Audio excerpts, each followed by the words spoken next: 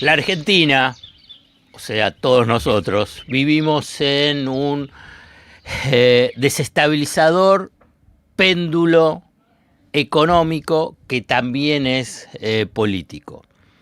Es un ida y vuelta muy desgastante.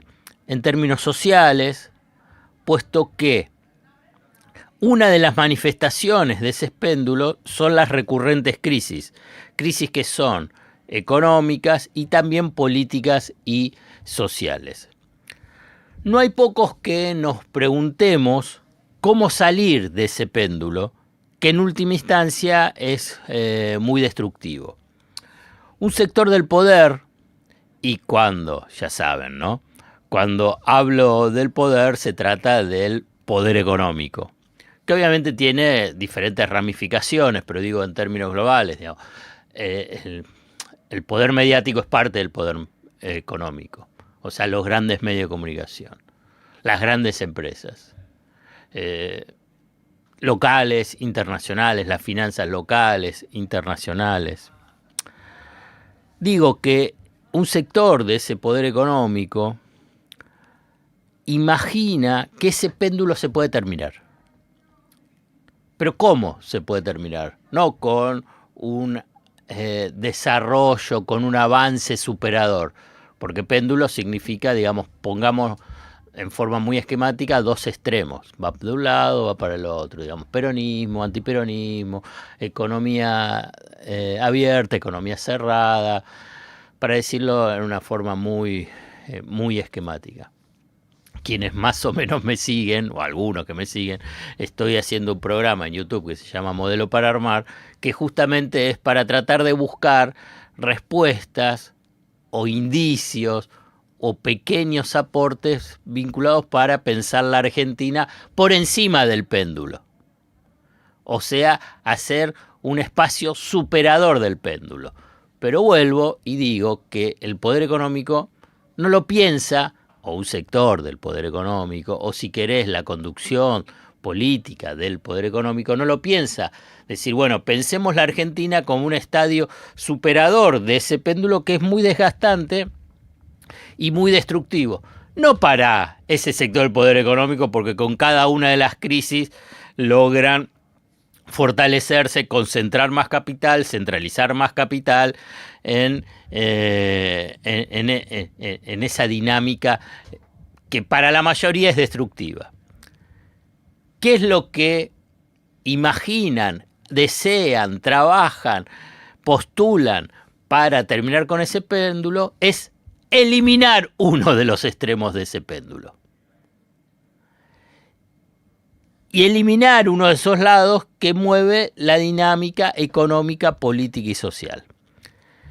Ese espacio extremo del péndulo persiste un espíritu de lo que se denomina revancha clasista. Primero la dictadura militar, luego el menemismo, después el macrismo y ahora con el gobierno de Milei, o sea, el mileísmo, este experimento liberal libertario que en realidad Milei es el mascarón de prueba precisamente de este proyecto. Que pretendieron y siguen pretendiendo, y ahora, envalentonados después del resultado electoral, incluso si estuvieron siguiendo algunas de las declaraciones, por ejemplo, Paolo Roca diciendo, bueno, ahora es un punto de inflexión,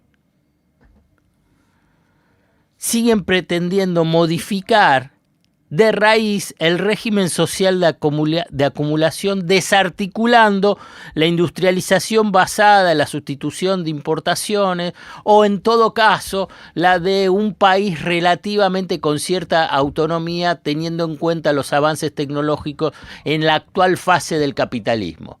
Y entonces, quien piensa un esquema, un modelo de desarrollo con inclusión social en la actual fase del capitalismo, no estoy hablando de la sustitución de importaciones de la década del 40, ni en lo que pasó en la segunda sustitución de importaciones con el desarrollismo, ni con lo que fue el agotamiento precisamente, o en todo caso la necesidad de hacer un salto de calidad de esa sustitución de importaciones, ni de la industrialización generalizada, no.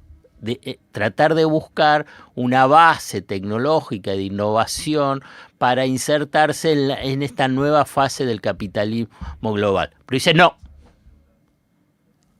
eso no.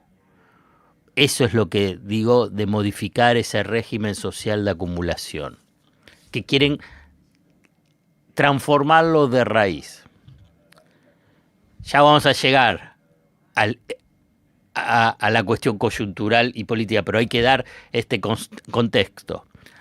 La revancha clasista, entonces, de esta parte del péndulo, que tiene el propósito de disciplinar, subordinar, someter a los sectores populares. Sectores populares, trabajadores, que yo incluyo, digo, sectores populares que incluyo trabajadores, jubilados, pequeños comerciantes, industriales, pequeños productores, aunque algunos no se sientan como parte de los sectores populares, son parte del sector popular a los que precisamente estos sectores del poder económico, local, internacional, quieren subordinar, domesticar. Entonces, en este propósito disciplinar a los sectores populares, van estableciendo en cada una de las etapas en que se fue aplicando un nuevo techo respecto a la distribución del ingreso, que es más reducido en cada uno de estos eventos disruptivos de la derecha, de la ultraderecha. Los trabajadores, y en términos globales los sectores populares, van perdiendo participación en la distribución del ingreso, o sea, en la riqueza que se genera año a año. Y esto se ve en la espectacular reducción del salario, el salario real, de las jubilaciones en términos reales,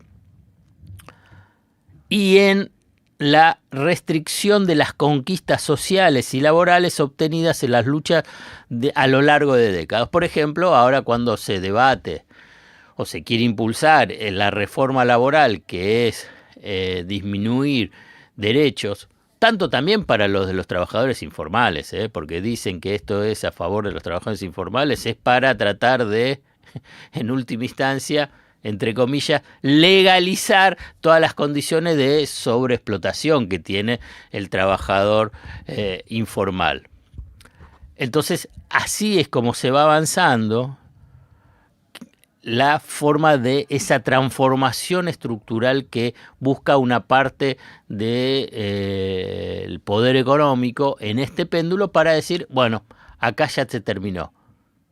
Se termina la cuestión del eterno retorno de los gobiernos nacionales y populares que disputan precisamente la distribución del ingreso.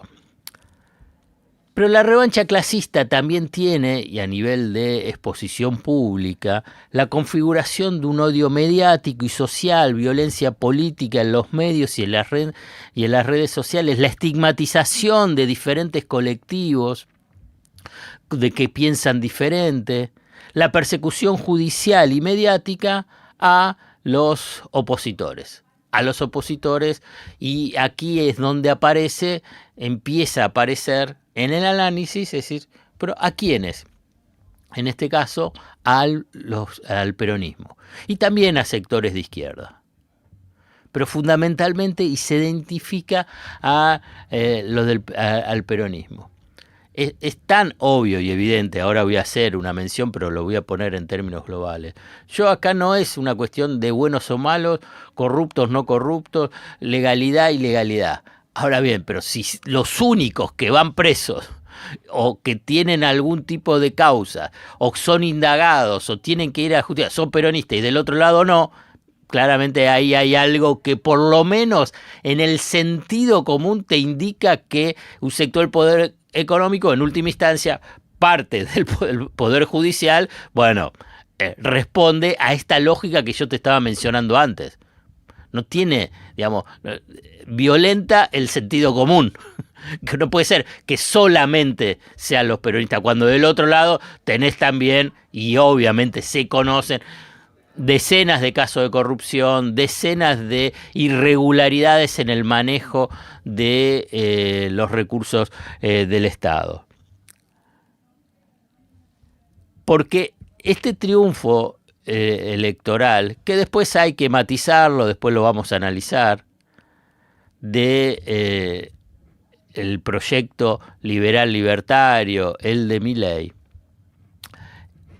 lo que adelanta, y esto se está observando y ahora vamos a mencionar cómo fueron los fallos de la Corte Suprema de Justicia el día después, adelanta una ofensiva para tratar de romper el peronismo y al campo nacional y popular en su conjunto. Porque esto es el punto que yo le mencionaba con respecto a decir, bueno, ¿cómo se sale del péndulo? ¿Con un estadio superador o eliminando a una parte? Bueno, lo que está avanzando es la eliminación de la otra parte, la de la domesticación de la otra parte, la de la subordinación de la otra parte, de diferentes formas. Porque de esta manera piensan decir, bueno, Argentina se va a convertir en una economía de enclave. La Argentina se va a convertir en una especie de modelo peruano.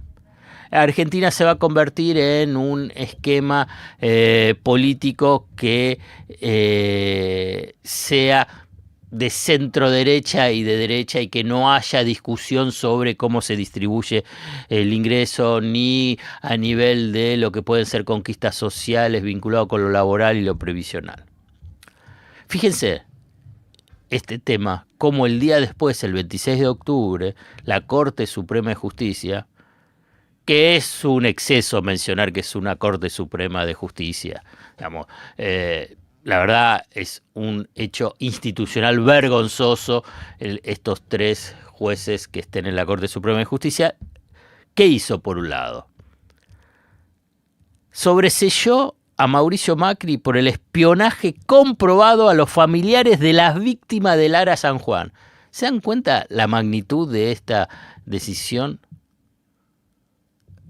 Pobres familias que pierden a sus seres queridos y el Estado del gobierno de Mauricio Macri los espía y no le pasa nada a Macri.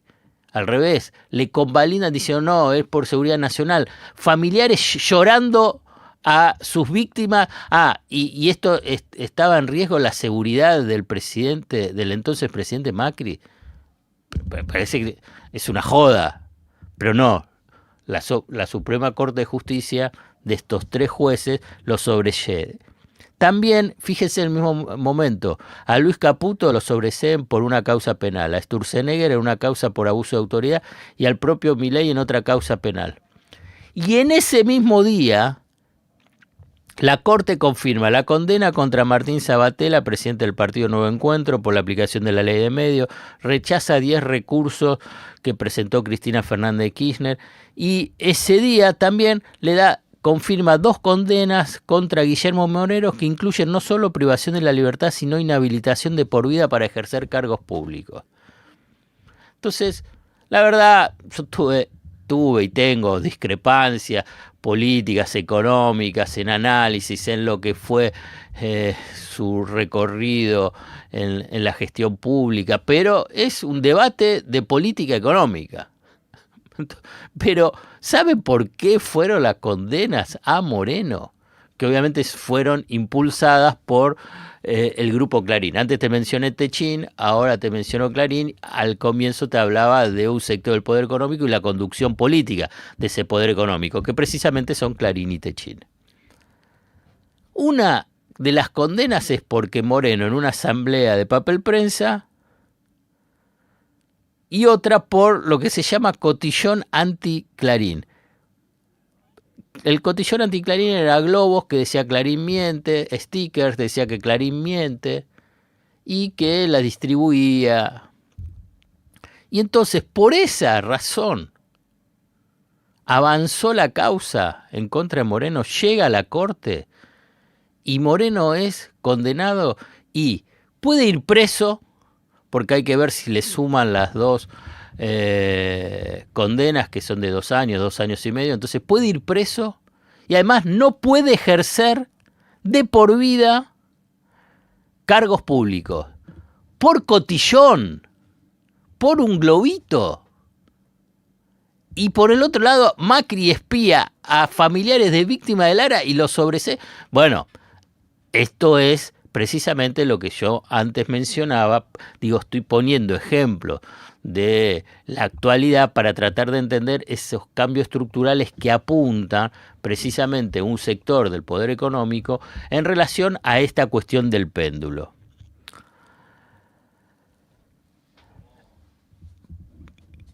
¿Qué es lo que apuntan? Es a una especie de modelo peruano, hay que ver si lo pueden concretar, pero en última instancia es de buscar domesticar a los sectores populares.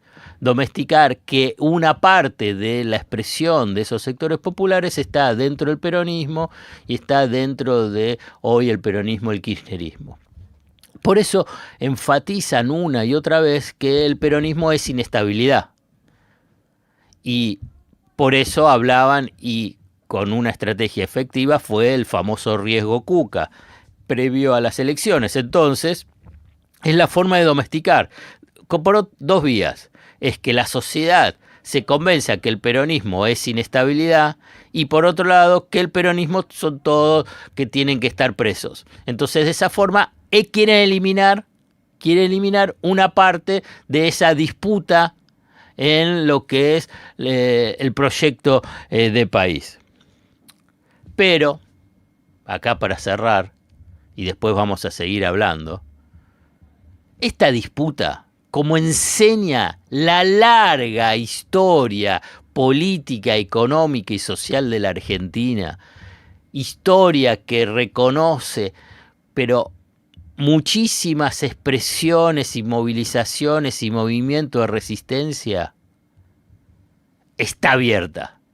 Esa disputa, pese a esa intención manifiesta, obscena de ese sector del poder económico, esa disputa, pese a esa estrategia que buscan de resignación para las mayorías, digo, esa disputa sigue abierta. No tengas miedo, no siempre se choca andando a contramano.